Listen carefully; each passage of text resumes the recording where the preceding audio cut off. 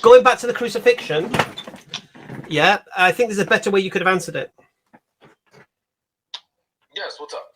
So how does the Quran differ from history with regards to crucifixion? How does the Quran differ? I'm sorry, say that again. So you said that it doesn't matter who's claiming Jesus was crucified. The Quran says he wasn't, so he wasn't, right? Okay. How does the Quran differ from the historical recordings of Tacitus and Josephus and such? How does the Quran differ? Oh, you would have to explain it to me, brother. All right, I'll make it easy for you. You know, I like making things easy. All right. So the Quran says what? They killed him not, they crucified him not, but it appeared so to them. So the Quran's basically saying the people thought he was crucified, but he wasn't. Yeah?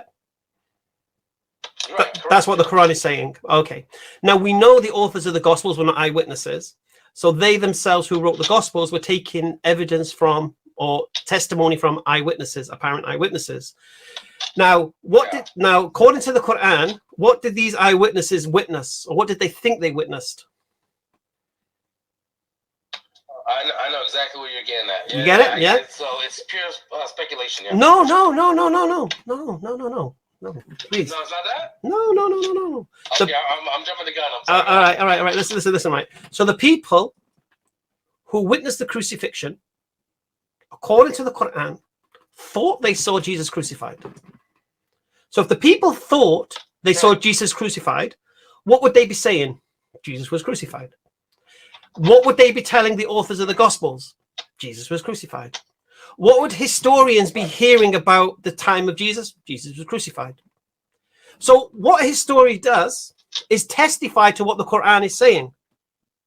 The Quran says the people thought he was crucified. And if the people thought he was crucified, history would report he was crucified. Do you understand? I see. Okay. Yeah, so the Quran corroborates history. That's cool. Yeah, there's no differentiation between the Quran and history. The Quran says they thought he was crucified. History reports he was crucified. Of course they thought he was crucified. The Quran says that. We know that. I mean, if the Quran said he thought he was crucified and the people weren't saying he was crucified, there'd be a problem. Wait a minute. The Quran says the people thought he was crucified. So why are the people not saying he was crucified?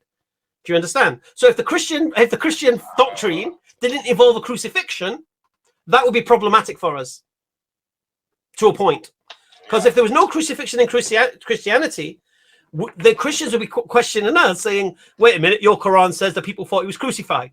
Well, nobody thought he was crucified, because if they thought he was crucified, they'd be saying he'd be crucified, and then people were reporting he was crucified, and history would report he was crucified. Do you understand? So No, I get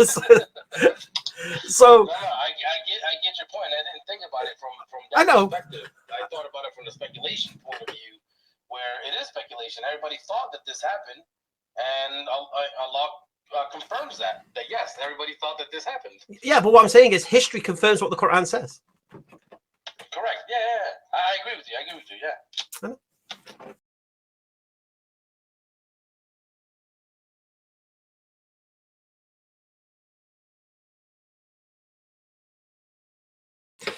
I never usually bother with this tit for tat, verse for verse. I can't bother with it. Exegeting this verse, what does that mean? And what does that mean in John? Who's the paraclete and all that? I don't bother with that nonsense. I just care about who's saying it. Yeah? Is that reliable? Because it doesn't matter what they say. You could have a verse in the Bible that says Jesus stood up and said, I'm the Son of God. I'm going to die for you. Me and the Father and the Holy Ghost were all one. And you could say it doesn't really matter. Because my question is this, who's saying that happened? Who's saying Jesus said those words? So it's all about the authorship of the gospel. Yeah? So what happened when I went into that room, his title was Prove to Me the Bible's Been Corrupted. Well, the only way you can prove the Bible's been corrupted is to show the text has been corrupted. So you can only do that using textual criticism. Do you get me? And then what happened was I got into this exegesis, eisegesis nonsense. And the reality was this, I said, look, because that Jeremiah came in and apparently he's some expert in some seminary or whatever. So I got so excited. I said, maybe he can answer my question, why you believe the Bible is a reliable source of historical information. And that's when I switched it to higher criticism from textual criticism, because all the textual criticism is doing is looking at the text. Now I'm questioning the source of the text. Do you get me? And they refused to answer that. They kept trying to cling on to the textual criticism. I'm like, look, forget the textual criticism. I don't really care. I was asking how you understand that verse. It doesn't mean anything to me. what that verse means or what you think it means. I just wanted to understand, are you consistent in your understanding of verses? That's all I wanted to do. But my point is this: who is saying this? Who is Matthew? Who is Mark? Who is Luke? Who is John? Who wrote 1st and 2nd Peter? Who wrote the book of Hebrews? Who wrote Revelation? Do you know what I'm saying? This is for me is the most important thing.